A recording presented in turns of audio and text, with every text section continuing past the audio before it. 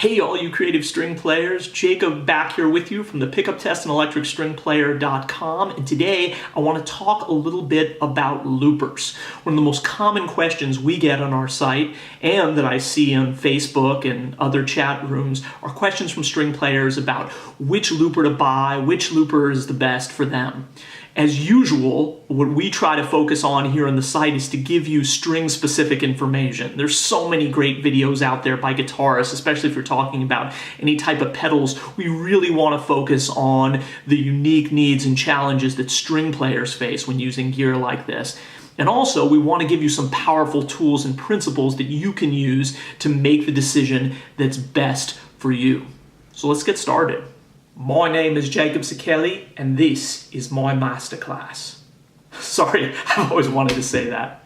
So the most important question to start with whenever you're choosing any piece of gear is what are you using it for? And what other types of gear are you using with it? Right, so loopers are no exception. So I wanted to start off by categorizing the three main uses that pretty much all musicians use loopers for, at least one of which I think is absolutely critical for us string players. In other words, you definitely need a looper, even if you have a really simple rig and even if you don't think you do. And I'm going to make the case for that in just a minute. So the first category is for practicing. Now, hopefully, if you've gotten past square one in your music making, you're using some type of recorder for your practice, right? You're using, maybe it's just your iPhone, your iPad, maybe your computer, or maybe you have a more sophisticated handheld recorder. But using a looper to do this is way more efficient, way more functional in the context of your practicing. And we're going to talk about that in just a minute. Second category is for live performance. Now that can be either for doing one-man band looper type stuff, think Zoe Keating or Andrew Bird, or gosh, there's like a million string players that are doing stuff like that now. And the other category would be using it for live looping, but in the context of playing with a band. Which definitely creates its own challenges. We'll talk about that in a second. And the third category is for sound checking yourself and testing your effects. Now this one, a lot of string players don't think about, but it's absolutely mission critical, especially because whenever you're playing live in pretty much any situation, you can safely assume that the sound guy has no idea how you're supposed to sound. And if you're trying to blend with other instruments, a lot of the time the changes and tweaks you're going to need to make in a live situation, you're going to have to be responsible for them yourself. We all know what happens when we kind of leave that up to the sound man. So the ability to have a basic looper that can play back your sound where you can go out into the audience and hear yourself is really, really, really critical. Recently, I was doing the LA Creative String Festival, and I was watching Rashad Eggleston's sound check, and he does exactly that. He has a looper specifically for just going out and hearing how he's sounding, even though he's playing a solo show. That's part of what he does before every show, and I think it's really, really key. So we're going to talk about that in just a second as well. For the purposes of this video, we're going to focus mainly on what features to look for in the looper that you're going to buy and why, as opposed to shooting out specific brands. I've tried everything from TC, Boss, Electro Harmonics, and Digitech, and they all sound pretty good. If you want a sound-on-sound comparison, though, there's a gajillion guitar videos on YouTube, so you can check that out. So the first category I want to talk about is using your looper as a live sound reference. Whether it's playing live and using it to hear your tone during the sound check, going out into the audience, solo or with a band, or you can also think of this category as a sound reference for your practice room work when you're trying to tweak your effects, EQ, or amp sounds. This is really critical in the practice room as well because especially if you're using a pickup as opposed to a solid body instrument that doesn't make any sound acoustically, the acoustic sound of your instrument makes it almost impossible to really get a good idea of what's just going through your pickup. So you want to be able to have a looper as a reference so that you can sort of hear how everything is sounding. In that case, you'd probably have the looper at the beginning of your effects chain before your other effects so that you're recording into it, and that way you can make tweaks on the fly.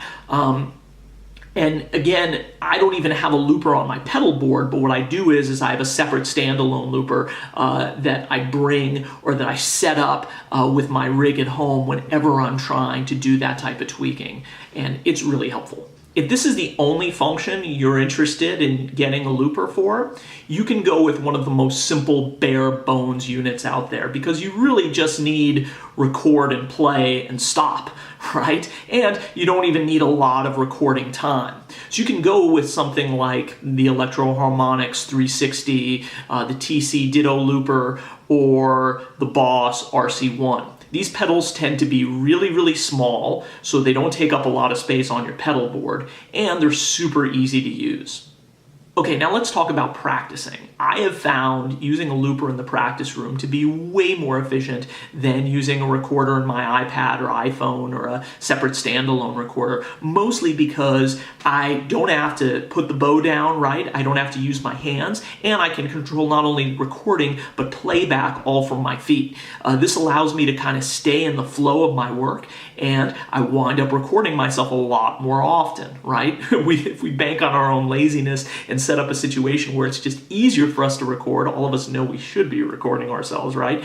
You find that you record yourself more. Now, there are two general features that I think are important when considering using a looper as your practice buddy. And for both of these features, generally you're going to want to start looking at what I like to call the middle category of loopers, middle in terms of size and price range.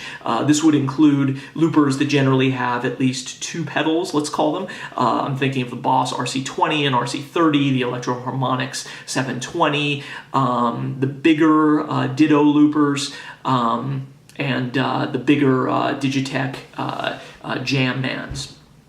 And these two features are, these loopers all tend to have memory slots, built-in metronomes or beats that you can turn up or down. This is really important, right? Because you want to be practicing and seeing if you're grooving or not. And here's the most important feature that I think is a little bit different with each of these pedals, and I think is really important for us, and that is the auxiliary or microphone inputs that they have. And to decide which one you need, I think it's really important to consider how you practice. I'll give you an example. I realized pretty early on in using a looper for my practice that a lot of my practice I use my really good concert instrument. And this instrument doesn't have a pickup. Usually when I perform live with it or in studio with it, I'm using my little DPA mini mic. So I realized I wanted something that had a microphone input built into the looper. So something like the Boss RC20 and Ditto also makes, the TC Ditto makes a microphone-friendly looper as well. That was critically important for me. I also realized that I played along with a lot of background tracks. So using a mic where I could kind of hear those background tracks, and if I was really grooving along properly with those, was important. Some pedals, like the smaller Digitech Jam Man, and also the Boss that I mentioned, have auxiliary inputs, so you can send the background track from your iPad, you know, if you're playing along with iRealB or something like that. And that's really, really important, right? You don't want to just be looping your direct instrument sound, because then you're not going to hear if you're grooving or if you're in tune with what you're practicing along with. So I want to encourage you to think about what tools you use to practice, and try to, make sure that the feature set of the looper matches that, particularly how you're recording and making sure that you can hear all the stuff that you're practicing along with. Okay, now let's talk about using loopers for live performance. Now, if you're doing a one-man band type show, you're definitely going to want a really full-functioned looper that can, amongst other things, control multiple tracks, stopping and starting and undoing.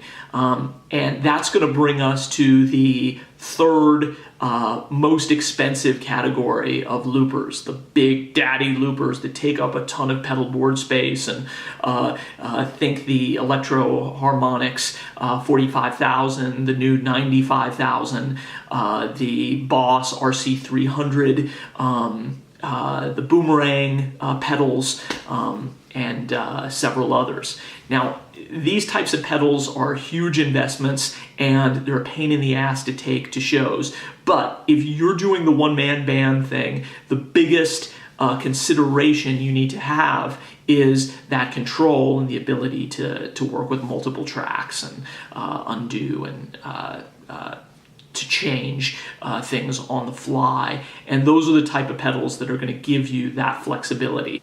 Okay, now let's talk about using a looper in a band situation.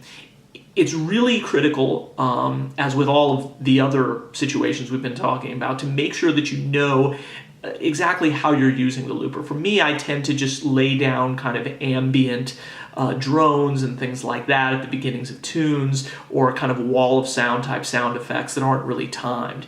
But if you're going to be using the looper to lay down grooves, that can be extremely tricky, particularly because in every venue you play, the monitoring situation is going to be different. And if the rhythm section can't hear your loop really clearly, it can be a complete disaster. And that's why I generally recommend, if you're going to be laying down loops live with a band, and especially if there are other guys in the band that are also going to be doing loops, you really need some type of MIDI functionality here. And you tend to only find that in these bigger full-featured pedals. One example of that would be if in one of the tunes I play with my trio, I lay down like a 12-bar loop. And so I'm actually sending the drummer MIDI, and he's got a MIDI clock click happening in his ear so that we know we're not going to get lost. Companies like Digitech have a proprietary, I think it's called a jam sync, where you use an 1/8" stereo cable so that if you've got multiple guys laying down loops, you're all kind of synced to the same MIDI clock.